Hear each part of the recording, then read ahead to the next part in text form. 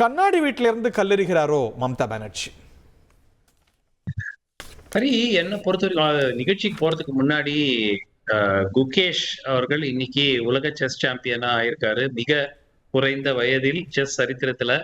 அவருக்கு நம்மளுடைய வாழ்த்துக்களை தெரிவிச்சுக்கணும். நமக்கு எல்லாருக்கும் ஒரு மிகப்பெரிய ஒரு பெருமை சேர்த்திருக்கிறாரு. சென்னையை சேர்ந்தவர் வேற. சோ அந்த வாழ்த்துக்களை தெரிவிச்சுட்டு we will get started. Mamata பானர்ஜியை பொறுத்த வரைக்கும் அவர்கள் சொல்வதில் ஒரு லாஜிக் இருக்கு. அவர்கள்னா அவர்கள் சார்பாக அவர் கட்சியினர் பேசுவதில் ஒரு லாஜிக் இருக்கு. பாஜகவிடம் இதுவரை தோல்வியே சந்திக்காத தலைவர்களில் மிக சிலர் தான் இருக்காங்க. அதில் மம்தா பானர்ஜி ஒருவர். 2019 அவர் ஓரளவுக்கு மிகப்பெரிய சவாலை சந்தித்த போதும் பாஜக விட ஒரு 4 சீட்டு கூடுதலா தான் வாங்கினார். ஈவன் தோ அவ்வளவு சீட்டு தோப்பாங்கிறது யாரும் எதிர்பார்க்கல. பாஜக சிறப்பா செஞ்சாங்க 2019 அந்த தேர்தல்ல, பெங்கால்ல. பட் அதை தாண்டி சட்டப்பேரவை தேர்தலாக இருந்தாலும் பாராளுமன்ற தேர்தலாக இருந்தாலும் மோஸ்ட் சமீபத்தில் பாராளுமன்ற தேர்தலையும் அவங்க பாஜகவை ஒரு ஒரு கணிசமான அளவுல வீழ்த்தி இருக்கிறார். அதன் காரணமாக வேற நீங்க எங்க பார்த்தாலும் ரீஜனல் பார்ட்டிஸ் வர்சஸ் பிஜேபிங்கிற போது ரீஜனல் பார்ட்டிஸுக்கு ஓரளவுக்கு தாக்கு பிடிக்க முடிந்தாலும், உதாரணத்துக்கு ஆம் ஆத்மி கட்சி டெல்லியில எப்படி தாக்கு பிடிச்சிருக்காங்க அப்படிங்கிறது இதுக்கு முன்னாடி பிஜு ஜனதா தள் ஒரு மிகப்பெரிய ஒரு உதாரணமாக இருந்தது. ஒரிசால மம்தா பானர்ஜி பெங்கால்ல. சோ ரீஜனல் பார்ட்டிஸ் இங்கு திமுக. சோ இதெல்லாம் பிஜேபியை எதிர்கொள்ளும் போது பலவீனமாக இருக்கக்கூடிய கட்சி என்று பார்த்தால் அது காங்கிரஸ். சோ நீங்க ஒரு மிகப்பெரிய இந்தியா கூட்டணி என்று வைத்துக்கொண்டு அதன் தலைமை காங்கிரசிடம் மட்டும், காங்கிரஸ் தான் பாஜகவை போன்ற ஒரு தேசிய கட்சி என்பதில் யாருக்கும் மாற்று கருத்து இல்லை. ஆனால் காங்கிரசுக்கு இன்று தலைமை ஒரு மக்களிடையே போதுமான அளவில் ஒரு நம்பிக்கை அளிக்கக்கூடிய நிலைமையில் இல்லை. ஈவன் அவர்களுடைய ஒரு அவுட்ஸ்டாண்டிங் பெர்ஃபார்மன்ஸ் என்று கருதப்படும் 2024 100 சீட்டுக்கு கம்மி, 99 சீட்டு தான். சோ நீங்க இதை பார்க்கும் பொழுது இந்த கட்சியால், இந்த தலைமையால், கட்சியால் நான் சொல்ல மாட்டேன், தலைமையால் ராகுல் காந்தி திரு கார்கே அவர்கள், அவர் 84-85 வயது ஆகிறது. அவர் ஒரு ஃபியூச்சரிஸ்டிக் லீடர் ஃபார் தி பார்ட்டியாக இருக்க முடியாது. ஆனால் ராகுல் காந்தி அவர்கள் இப்போ ஒண்ணுமே இல்ல, பிஜேபியில இருக்கிறவங்கள கேளுங்க, அவங்களே என்ன சொல்றாங்க?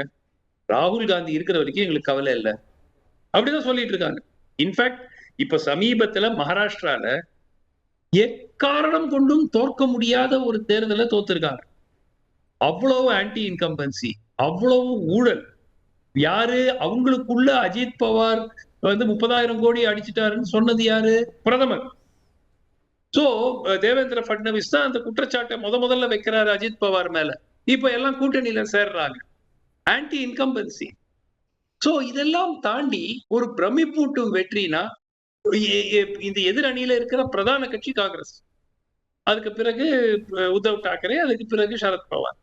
சோ நீங்க என்ன சிக்னல் கொடுக்குறீங்க? ஹரியானால மிகவும் மோசமான அரசு என்று கடுமையாக விமர்சனம் செய்யப்பட்ட பாஜகவிடம் வெற்றி பெற வாய்ப்பே இல்லை என்று கூறப்படும் அந்த பாஜக வெற்றி பெறுகிறது, ஆன்டி இன்கம்பன்சியை மீறி. சோ என்ன சிக்னல் கொடுக்குறீங்க நீங்க? Elections which are already won கூட தோல்வி அடைய முடியும். வெற்றி பெற்ற கிட்டத்தட்ட ஜஸ்ட் வெற்றி வாகை சூட வேண்டும், அவ்வளவுதான்.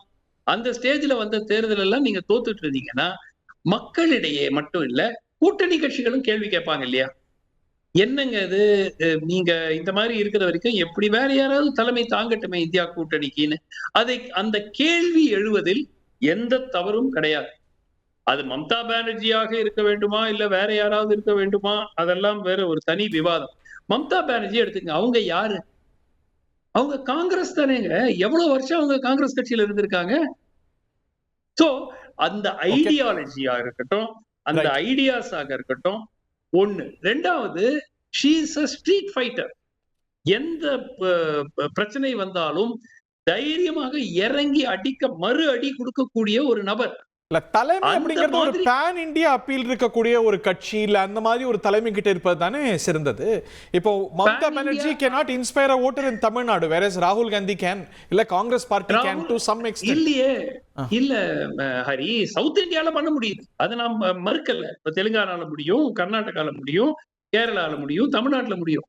ஹிந்தி பெல்ட்ல முடியலையே, உத்தரப்பிரதேசத்துல முடியலையே, பீகார்ல முடியலையே, ராஜஸ்தான்ல பெருமளவுல வெற்றி பெறுவார்கள் எதிர்பார்த்து தோத்துட்டாங்க. மத்திய பிரதேஷ்ல இவ்வளவு வருஷம் ஆன்டி இன்கம்பன்சியா மீற முடியலையே. சோ எங்க மெஜாரிட்டி ஆஃப் த சீட்ஸ் எங்க இருக்கிறதோ அங்கு அவர்களால் ஒரு இன்ஸ்பயர் பண்ணி வாக்குகளை பெற இயலும். ஒரு மாற்றம் தேவை எழுவது தப்பு இல்லை. ஓகே, இந்த கேள்வி எழுவதில் தவறே இல்லை. Mamata Banerjee may not be a bad choice. ஏன்னா அவங்க ஒரு ஸ்ட்ரீட் ஃபைட்டர். அவங்கள மாதிரி போராடி வெற்றி பெறக்கூடிய குணம் தான் இன்றைக்கு எதிர்கட்சிகளுக்கே தேவை. ஓகே, திரு இப்ராஹிம் நம்ம இடையே இருக்காரா, நம்ம அவர்த்தையும் கேட்கலாம். Ibrahim joins us in some time. Thiru Chinthan take it from here. இதுல ஒரு மாற்றம் தேவையில்லை. இப்போ ஒரு டெலிவர் பண்ணா இந்த கேள்வி வராது. டெலிவர் பண்ணல, காங்கிரஸ் குறிப்பா டெலிவர் பண்ணல, where it has to deliver. Suman sir வந்து பொதுவாக ஒரு ஆன்டி பிஜேபி. ஆனால் ஓரளவுக்கு ஜெயலலிதா அவங்க இருந்த வரைக்கும், முதல்வர் இருந்த வரைக்கும் அவங்க வந்து ஓரளவுக்கு அவங்களோட ஒரு வெல்விஷராக இருந்தவர். இப்போ திடீர்னு அவங்க இருந்தபோது நான் நினைக்கிறேன் என்னோட அப்சர்வேஷன் இல்லைன்னா அவர் சொல்லட்டும். எனக்கு அவர் ஓரளவுக்கு ஒரு ஏடிஎம்கே, அதுவும் அவங்க தலைமையில் இருந்தப்ப அதில் சார்பாக இருந்தவர் தான் நினைக்கிறேன். இன்னைக்கு திடீர்னு அவர் வந்து இந்தியா கூட்டணிக்கு யார் தலைவராக இருந்தால் நல்லா இருக்கும் அப்படின்னு சொல்ற அளவுக்கு ஒரு வெல்விஷராக மாறி இருக்கிறத பார்க்குறேன் நான். என்னன்னா பிஜேபி எதிர்க்கிறதுக்கு இந்தியா கூட்டணிங்கிறது தேவைப்படுது. அதனால தான் அவர் வந்து ரொம்ப வெல்விஷராக வந்து இந்த தலைமைக்கு உதவும் அந்த தலைமை இருக்கலாமா அப்படின்லாம் கேட்குறாரு. காங்கிரஸ் பற்றின விமர்சனத்துக்கு காங்கிரஸ் பதில் சொல்லுவாங்க, எனக்கு அதில் ஒன்றும் கருத்து இல்லை. ஆனால் நாங்கள் ஒரு விஷயத்தை தெளிவாக சொன்னோம், இன்றைக்கும் அது ப்ரூவ் ஆகிட்டு இருக்கு. இந்த பாஜக மீண்டும் ஆட்சிக்கு வரக்கூடாது, அதுவும் மிருகபல மெஜாரிட்டியோட வந்துடவே கூடாது. ஏன்னா அவங்க அரசமைப்பு சட்டத்தை திருத்துவாங்க என்பது தான் நாங்கள் வச்ச குற்றச்சாட்டு. மக்கள் அதற்கு மதிப்பளித்து தான் ஒரு வலுவான எதிர்க்கட்சியாக எங்களை நிறுத்தியிருக்காங்க. அந்த அளவில் இது மிகப்பெரிய வெற்றி. நீங்கள் சொன்னீங்க நம்ம ஆறுதலாக இருந்ததுன்னு சொல்லிட்டு, ஆனால் இதெல்லாம் எதுக்கு மக்கள் செஞ்சாங்கன்னு ஒரு கேள்வி இருக்குல்ல. இன்றைக்கு குகேஷுடைய வெற்றி அற்புதமான வெற்றி. தமிழ்நாடு வந்து ஒரு இன்னைக்கும் மனித வளத்தில் மிகச்சிறந்த பகுதிங்கிறத காட்டியிருக்கு. தமிழ்நாட்டுக்கு ஒரு கிரீடம் போல இன்றைக்கு குகேஷோட வெற்றி. சார் சொன்னார், நானுமே தொடங்கும்போது அப்படி தான் ஆரம்பிக்கணும்னு நினச்சேன். நீங்கள் தமிழ்நாடு இன்னொன்று செஞ்சுருக்கு இந்தியாவுக்கு. கம்யூனிஸ்டுகளாகிய நாங்களும் தமிழ்நாட்டில் இருக்கிற திராவிட முன்னேற்ற கழகமும் உச்சநீதிமன்றத்துக்கு போனோம். உச்சநீதிமன்றத்துக்கு போய் வழிபாட்டு தலங்கள் பாதுகாப்பு சட்டம் 1991 உச்சநீதிமன்றம் தூக்கி பிடிக்கணும், பாதுகாக்கணும்னு சொன்னோம். இன்றைக்கு உச்சநீதிமன்றம் உத்தரவிட்டிருக்கு. எங்க? தமிழ்நாட்டில் இருக்கிற கோயில்களை பாதுகாக்கிறதுக்கு இல்லை, உத்தரப்பிரதேசத்தில் மதக்கலவரம் நடக்குது. அந்த மதக்கலவரத்துக்கு காரணமாக இந்த சட்டம் அமுலாக்கப்படாத நிலைமை. இந்த சட்டத்தை அமுலாக்க வேண்டிய இடத்துல இருக்கிறது உச்சநீதிமன்றம். அது சொல்லியிருக்கு ஏற்கனவே, அதை மதிக்காம நிலைமை. இப்போ நான் என்ன கேட்கிறேன், இல்ல நாட் இஷ்யூ. இந்தியா அலையன்ஸோட ஸ்பிரிட் அதுதான். இந்தியாவில் ஏதோ ஒரு இடத்தில் நடக்கிற பாதிப்புக்கு கூட அந்த பகுதிக்கே சம்பந்தம் இல்லாத திராவிட முன்னேற்ற கழகமோ சிபிஎம்மோ சேர்ந்து போய் உச்சநீதிமன்றத்தில் வாதாடுறோம் பார்த்தீங்களா? That is the spirit. இன்னைக்கு ஒரே நாடு ஒரே தேர்தல்ங்கிற ஒரு பிரச்சனை.